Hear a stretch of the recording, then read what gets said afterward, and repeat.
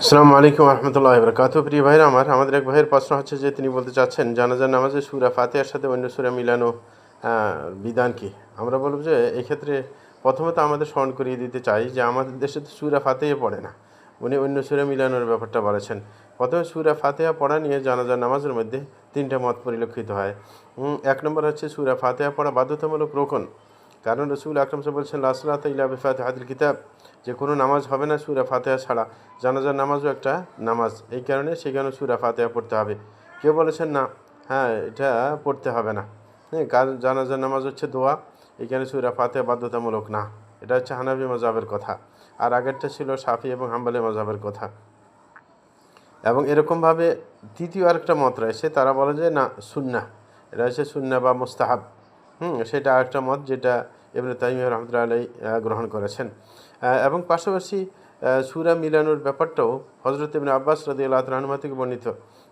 তিনি একবার জানাজার নামাজ পড়িয়েছেন, সূরা ফাতিহা পড়লেন, আরেকটা সূরা মিলাইলেন, তারপর বললেন এবং উচ্চ স্বরে পড়লেন কেরাত, এবং বললেন লিতা'লামু আন্নাহা সুন্নাহ, হ্যাঁ তোমরা যেন বুঝো যে এটা সুন্নত।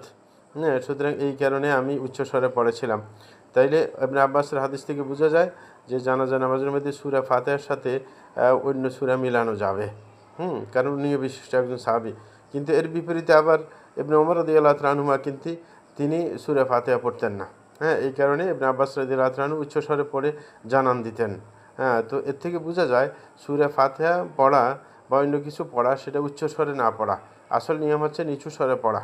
হ্যাঁ কিন্তু ইবনে আব্বাস রাদিয়াল্লাহু তাআলা আনহুমা কেন উচ্চস্বরে পড়লেন?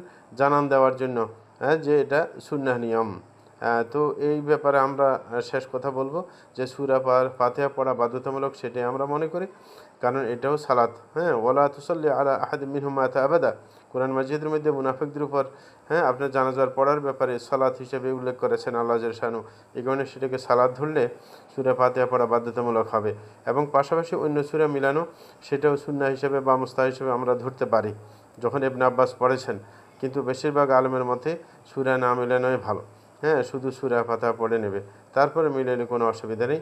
এবং নিচু স্বরে আমরা পড়ার চেষ্টা করব, কারণ ইবনে আব্বাস উচ্চ স্বরে পড়েছেন শুধু ব্যাপারটা জানান দেওয়ার জন্য, কারণ ইবনে ওমর রাদিয়াল্লাহু তাআলা আনহু সূরা ফাতিহা পড়তেন না এই জন্য। আশা করি সবাই বুঝতে পেরেছেন। জাযাকুমুল্লাহু খাইরান, বারাকাল্লাহু ফিকুম।